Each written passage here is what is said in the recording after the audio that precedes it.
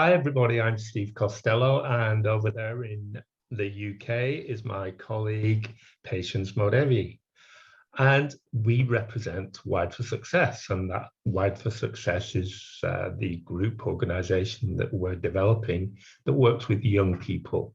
We also work with parents, but that's another story. And today, what we're here for is to talk a little bit about what we do. So, Patience, what do we do? Oh, thank you so much for this introduction, Steve. Yes, so what do? We kind of do a good range of work with young people, and as you mentioned, also with parents and associations, as well as organizations or schools. So I suggest we both go into explaining how we work in terms of individuals and how our individuality both together is bringing this force that is wired for success. Should I start, Steve? Yeah, please go for it. Sure. So as Steve has already said, I'm Patience. And so in my experience, which you can find a little bit about in the previous video that was shared with you all, I've explained that I've got experience in working with young people from a wide range of backgrounds.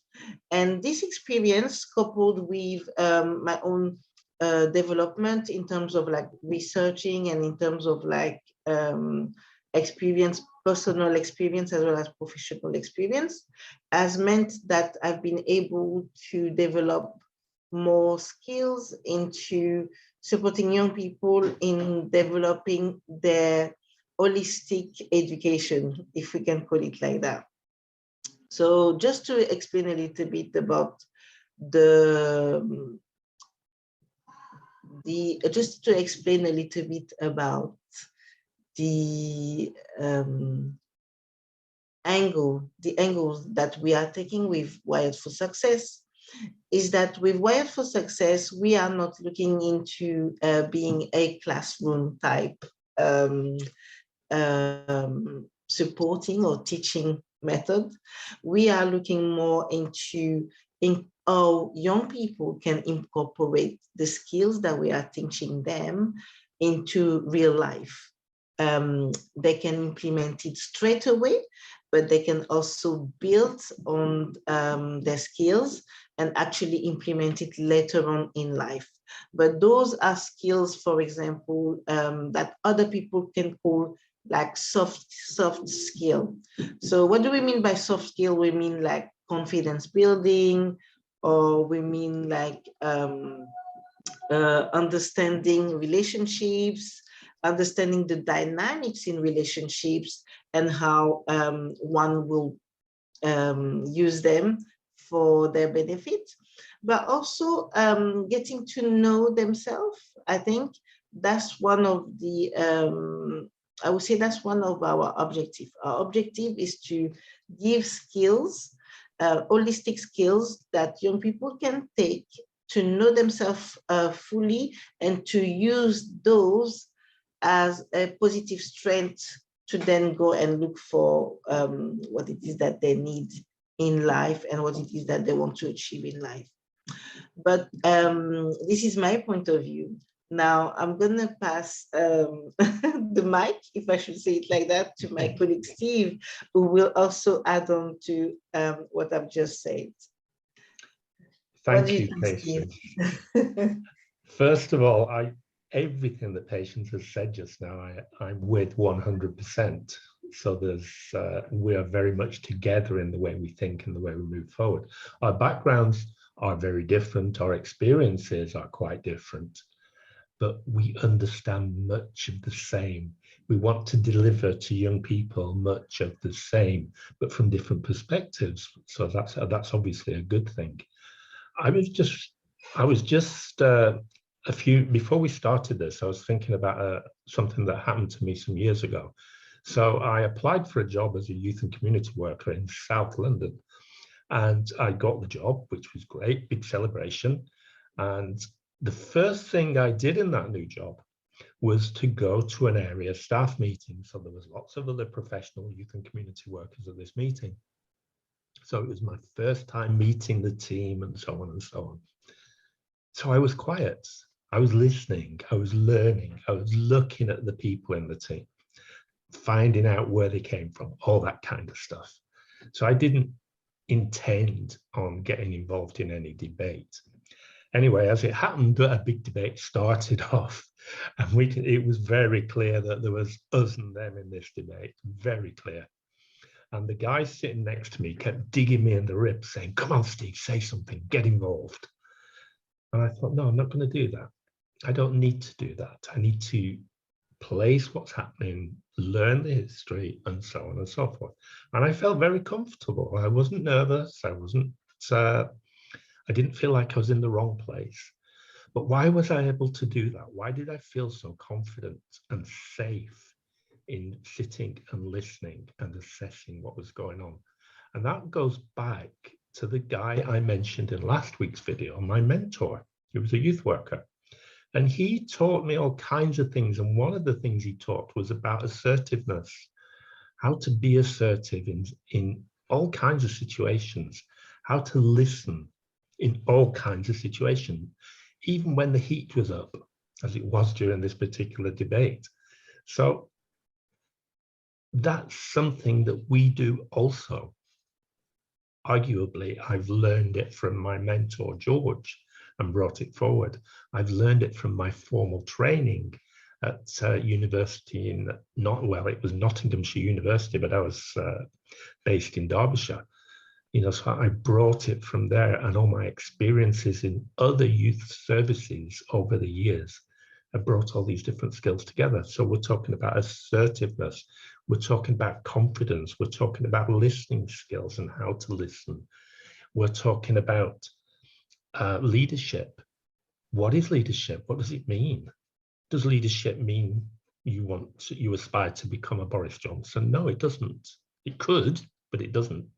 Typically, there's all kinds of aspects and angles to looking at leadership. So those are some of the things we do. Now, one of the things that I also I've added to my skill set, so I have the personal development coaching. And incidentally, Patience didn't mention coaching, but Patience is also a qualified coach. So we have that. But I'm also a qualified psychologist. So I deliver psychotherapy, individual sessions. I also do some group work in psychotherapy. But my focus in psychology is positive psychology. So what on earth is that? Well, without going into a lecture, simply put, positive psychology comes from a place of strength. It doesn't come from a place of, you've got a problem, let's fix it. It comes from a place of, you've got lots of strengths, you've got lots of different experiences. Let's look at those and let's use those to overcome the challenges you have in your life right now. So that's my starting point in psychology. But added to that, I also added in mindfulness. Now, some people, when they hear the word mindfulness, think about sitting on a cushion with your fingers kind of like this, saying words like om, deep in meditation. It's not about that. It can be about meditation, but it's not really about that. It's about developing ways to manage the challenges that are thrown our way. And we do that through creativity, we do it through curiosity, we do it through learning to be non-judgmental about situations. There's all kinds of things that comes into mindfulness. And really, when people talk about mindfulness meditation, what I mean by that, as I said a minute ago, it's not sitting on a cushion, but it's about, I've just lost my words. It's about being with self, spending time with self to enable us to manage the things that we need to manage. So those are some of the things that Patience and I do. Now, we're always open to questions. We're always open to discussion. You will see some information at the bottom of this video as you go through it. So please don't hesitate to connect if you need to. If you have questions, please ask. There's no such thing as a bad question, unless, of course, old saying, it's a question that was never asked. So please do ask. Patience, do you have anything to add? I loved everything you said, and it really described like the other level on which we are both working within Wired for Success.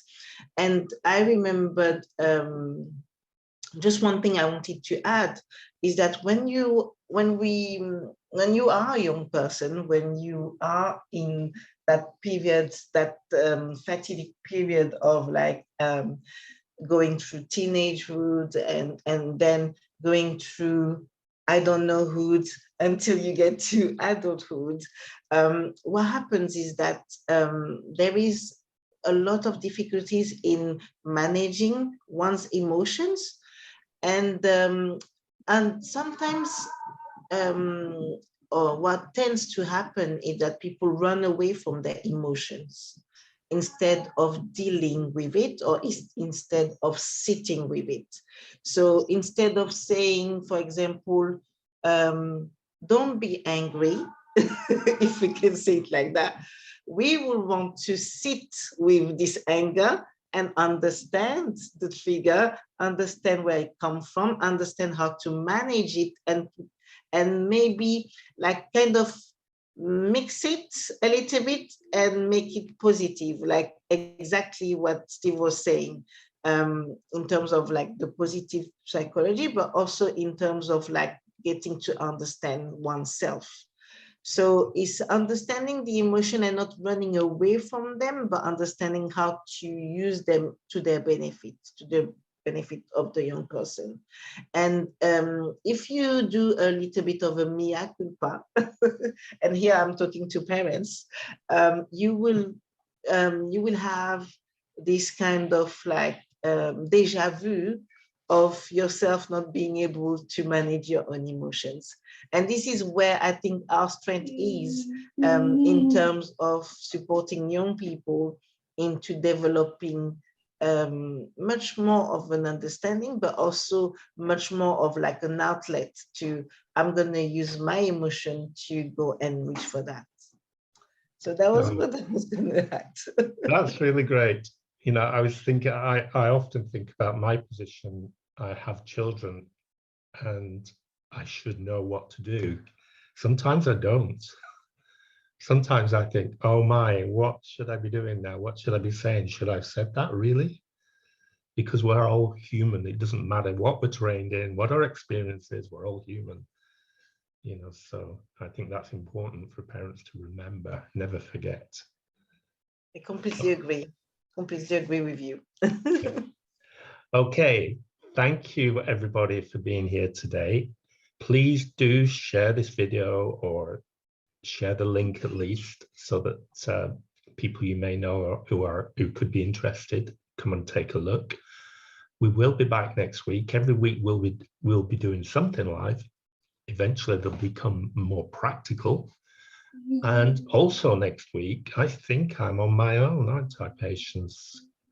I think you are. So let's see what happens. We'll let you know. Okay. Right.